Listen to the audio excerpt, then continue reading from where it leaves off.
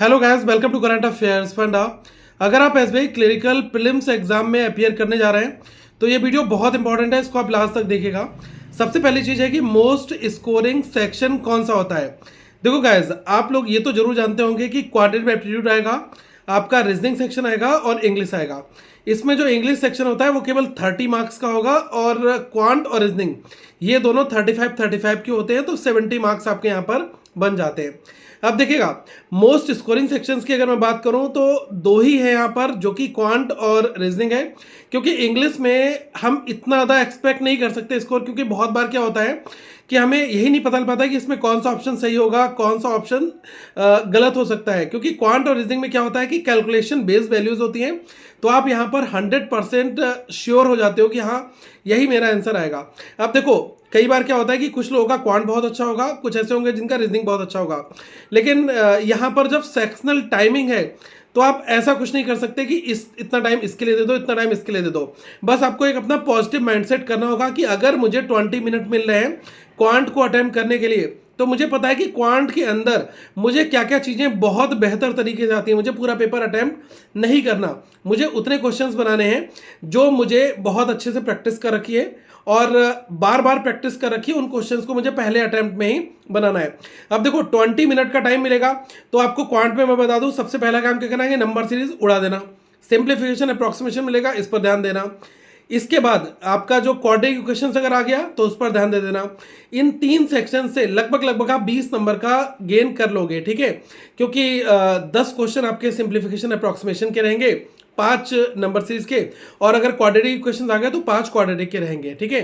DI, अगर एक DI आई तो 5 नंबर की डीआई रहेगी, अगर 2 डीआई आती हैं तो आपका क्वाड्रेटिक वो लोग कैंसिल कर देते हैं। तो मेरा आपको सीधा सीधा यही कहना है कि आप सबसे पहले सिंप्लीफिकेशन अप्रोक्सीमेशन, नंबर सीरीज और क्वाड्रेटिक इक्वेशन, इनमें से जो भी सेट आपके हिस्से में पड़ता है, आपकी शिफ्ट में पड़ेगा, आप उसको पहले अटेम्प्ट में ट्राई करने की कोशिश करना। उसके बाद टाइम जो मिलेगा फिर आप अरिथमेटिक प्रॉब्लम्स को बनाना। और हाँ, 5 नंबर की जो डीआई आएगी इसमें क्वेश्चन कैलकुलेटिव सारे नहीं होंगे, 3 क्वेश्चंस ऐसे होंगे जिनको आप बेस्ड ऑन डेटा निकाल सकते हो कि मैक्सिमम नंबर कौन सा है, या फिर एवरेज निकालना आ गया, what percent more than less than आ गया। ऐसे क्वेश्चंस हमें मिलते ही हैं। और अरिथमेटिक में क्या होता है कि कई बार हमारी इतनी अच्छी प्रैक्टिस नहीं हो पाती कि हमने प्रॉफिट लॉस नहीं पढ़ा, प्रोबेबिलिटी नहीं पढ़ा, या फिर मेंसुरेशन नहीं करके गए, या हम टाइम स्पीड डिस्टेंस नहीं आता, तो हमारे क्वेश्चन छूटने की संभावना वहाँ पर रहती है। लेकिन नंबर सीरीज में कोई एज सच यहाँ पर सर्टेन लॉजिक्स नहीं होते। डिपेंड करता है कि आपकी रीजनिंग कितनी फास्ट हो रही है, कि यहाँ पर मल्टीप्लाई +1 हो रहा है, मल्टीप्लाई -1 हो रहा है, स्क्वायर क्यूब वॉट यहाँ पर काम कर रहा है, ठीक है। दूसरी जो चीज़ है रीजनिंग सेक्शन में, उसमें भी आपको थोड़ा सा स्मार्ट रहना होगा। अपार्ट फ्रॉम पजल्स होंगी लगभग लगभग 15 मार्क्स की, ठीक है। कई बार 15 to 20 मार्क्स की भी हो जाती है, क्योंकि आजकल रीजनिंग में एग्जाम जो होता है वो पजल ओरिएंटेड ही रहता है। आप 1-2 पजल सोचकर मत जाना, कम से कम 3 पजल आपको मिलेंगी। लेकिन ये जो 15 नंबर है, इनको अगर मैं साइडलाइन करूं तो मुझे यहाँ पर जो मार्क्स मिलते हैं वो लगभग जो 20 नंबर हमारे बनते हैं वो कहाँ से बनेंगे, जैसे कि अल्फा न्यूमेरिक सीरीज हो गई, कोडिंग डिकोडिंग हो गई, ये 2 सेट आपको मिल जाएंगे। इन इक्वालिटी मिल गया, 3 सेट मिल गए, तो 15 नंबर आपने यहाँ से बना लिए।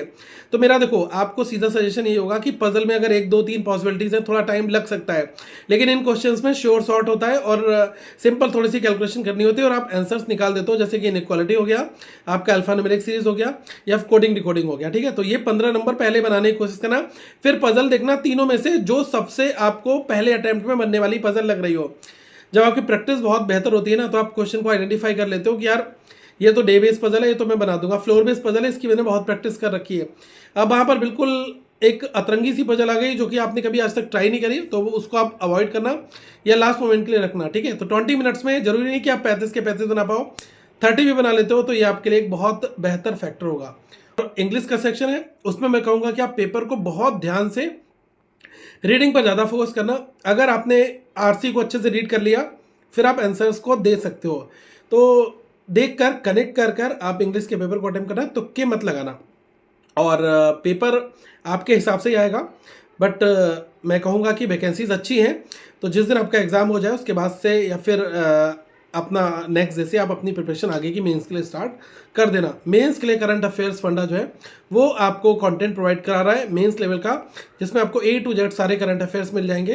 तो आप करंट अफेयर्स फंडा के एप्लीकेशन को डाउनलोड कर लीजिएगा, वहाँ पर आपको A to Z सारी चीज़ें बहुत ही सिस्टमेटिक फॉर्मेट में हमने प्रोवाइड करा रखी हैं। Thank you so much, have a good day to all of you, once again we will meet very soon guys.